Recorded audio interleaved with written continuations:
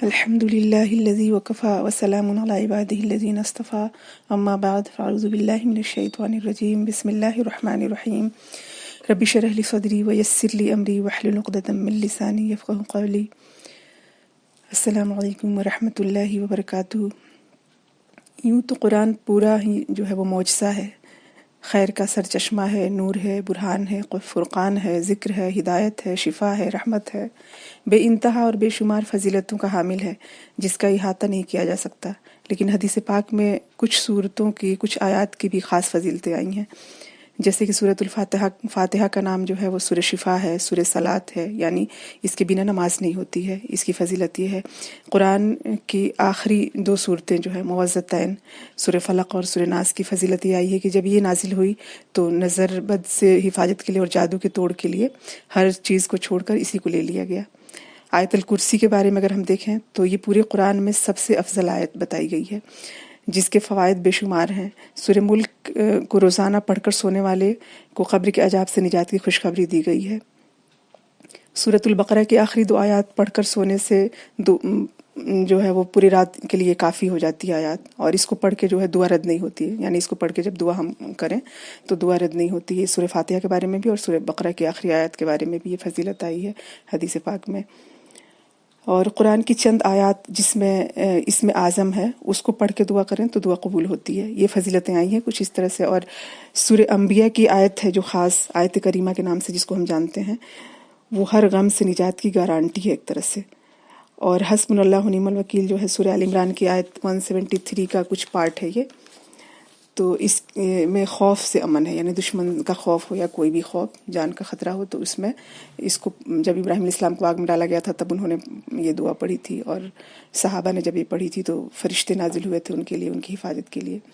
اور پھر سورہ آل عمران کی 26-27 نمبر آیت کے بارے میں اسکالرز کا کہنا ہے کہ یہ رزق کی کشادگی اور قرض سے پناہ کے لیے کافی ہو جاتی ہے آیت. اس کا مطلب جیسے کثرت سے اس کو پڑھنا جو ہے وہ.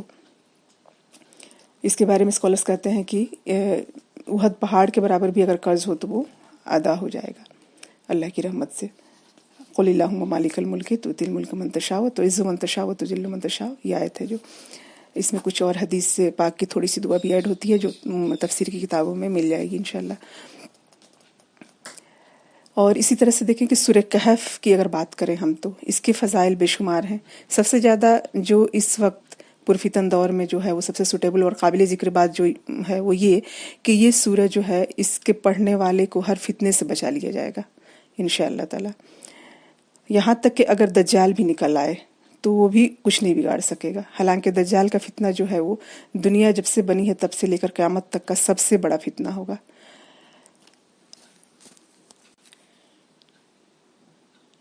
اگر سورہ کہف کی شروع کی 10 آیات حفظ کرنا اور ایک روایت کے مطابق آخر کی 10 آیات دنیا کے سب سے بڑے فتنے سے بچاؤ ہے تو چھوٹے چھوٹے جو فتنے ہیں دنیا کے اس سے بھی انشاءاللہ بچا لیا جائے گا انسان.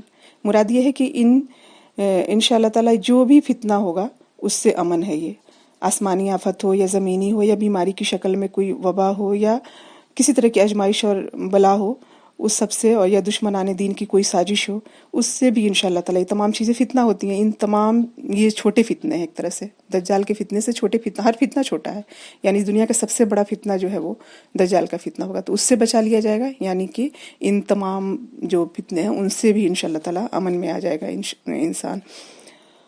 اور دوسری انٹرسٹنگ بات یہ ہے کہ اس کو پڑھنے سے سکینت نازل ہوتی ہے، سکون، ٹرانکولیٹی، اور یہ جو یعنی اضطراب، غم، بے کلی اور بے چینی کی کیفیت سے بھی نجات ملتی ہے.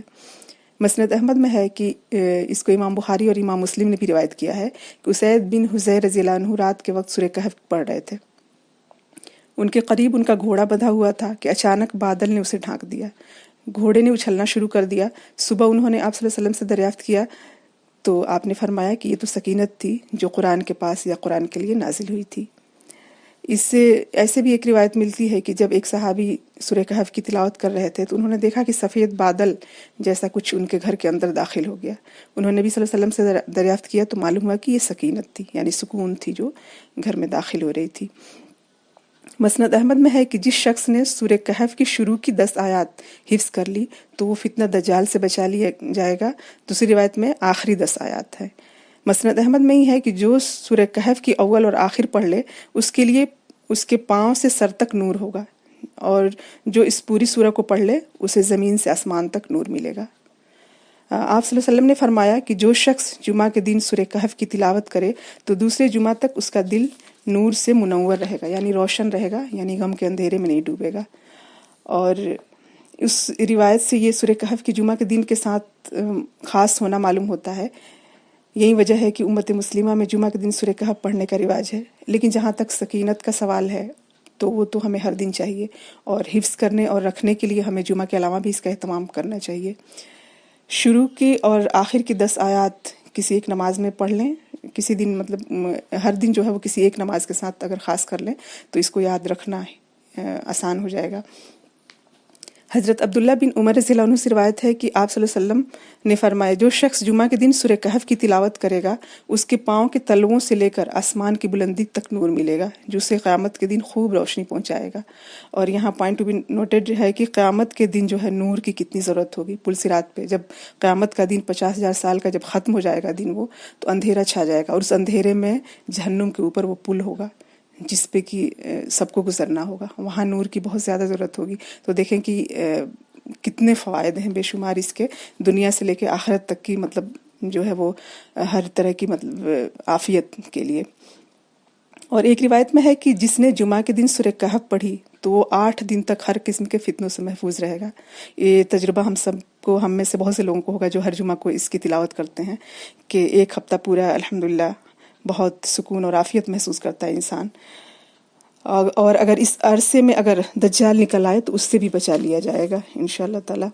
اور اس کے شان نزول میں جو ہے وہ واقعہ بیان ہوتا ہے کہ قریش نے نضر بن حارث اور عقبہ بن ابو معیط کو مدینہ کے اسکالرز کے پاس بھیجا، یہود کے اسکالرز کے پاس، کہ محمد صلی اللہ علیہ وسلم کے اوصاف اور حالات بیان کر کے اور ان سے یہ پوچھیں ان کے بارے میں، کیونکہ وہ اہل کتاب تھے اور وہ انبیاء کرام کے بارے میں جانتے تھے، علم رکھتے تھے وہ، تو وہ پوچھیں کہ یہ سچے نبی ہیں کہ نہیں۔ تو انہوں نے 3 سوالات ان کو دیے کہ جا کر ان سے یہ سوال پوچھو، اگر وہ اس کا جواب دے دیں تو وہ سچے نبی ہیں۔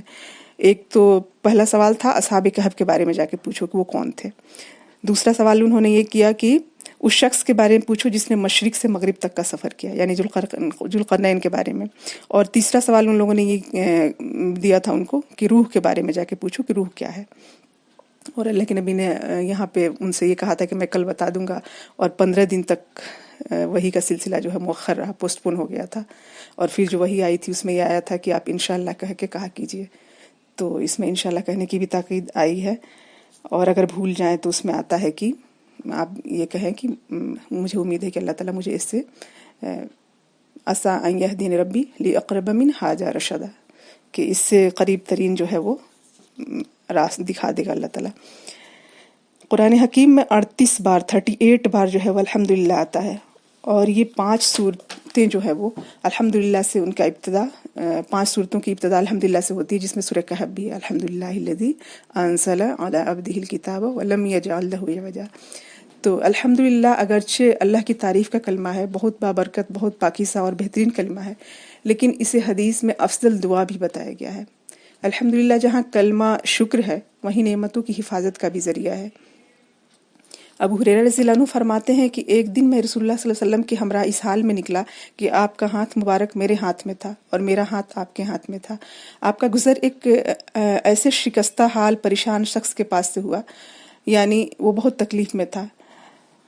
آپ نے اس سے پوچھا کہ کیا بات ہے، کیوں پریشان ہو؟ اس نے عرض کیا کہ اے اللہ کے رسول، بیماری ہے، تنگ دستی ہے، اس وجہ سے یہ حال ہو گیا ہے۔ آپ صلی اللہ علیہ وسلم نے فرمایا کہ کیا میں تجھے وہ کلمات نہ سکھاؤں جس کے پڑھنے سے تمہاری بیماری اور تنگ دستی دور ہو جائے؟ اس نے عرض کی علمنی یا رسول اللہ۔ آپ نے فرمایا یہ پڑھا کرو، توکلت علی الحی الذی لا یموت، الحمد للہ الذی لم یتخذ ولدا ولم یکن لہ شریک فی الملک ولم یکن لہ ولی من الذل وکبرہ تکبیرا۔ اس کا ترجمہ ہے کہ میرا بھروسہ اس ذات پر ہے جو زندہ ہے اور اسے کبھی موت نہیں آئے گی، تمام تعریفیں اللہ تعالیٰ کے لیے ہے جس نے کسی کو اپنا بیٹا نہیں بنایا، اور نہ اس کی بادشاہت میں کوئی شامل ہے، کوئی شریک ہے، اور نہ ہی کوئی عاجزی اس کو ہے جس کی وجہ سے کوئی اس کا مددگار ہے، اور اس کی خوب بڑائی بیان کرو۔ یعنی اور اس کے بعد نبی پاک صلی اللہ علیہ وسلم نے ایک بار حضرت ابو ہریرہ رضی اللہ عنہ سے پوچھا کہ تمہارے حالات اچھے ہو گئے ہیں، کیا بات ہے؟ تو انہوں نے یہ ذکر کیا تھا کہ آپ نے یہ دعا جو بتائی تھی کسی شخص کو، اس کے بعد سے میں خود اس کو پڑھتا ہوں، مطلب اس کی کثرت اس کو پڑھتا رہتا ہوں یعنی. تو اس کے اندر الحمدللہ یہ ہے کہ یہ جس کو یہ دعا جو کوئی بھی پڑھنے لگے گا تو انشاءاللہ تعالیٰ اس کی یہ جو پریشانیاں ہیں وہ دور ہوں گی. اور بھی اس میں بہت کچھ جو ہے فضائل، جو اصحاب کہف کا واقعہ ہے، موسیٰ علیہ السلام اور حضرت خضر کا واقعہ ہے، باغ والے شخص کا قصہ ہے، ذوالقرنین کا واقعہ، یاجوج ماجوج کو قید کیے جانے کے بارے میں جو کچھ ہے اس میں ہے انشاءاللہ ماشاءاللہ کہنے کی جو فضیلتیں آئی ہیں اس سورہ میں، اور بھی بہت کچھ ہے. تو انشاءاللہ تعالیٰ اس کی جو بھی فضائل ہے اللہ تعالیٰ ہمیں توفیق دے کہ ہم اس سے فائدہ اٹھائیں اور وہ ہمیں نصیب ہو، جو بھی اس کے فضائل ہیں اس کے فوائد ہیں جو ہمیں بھی مقدر ہو اللہ کی رحمت سے.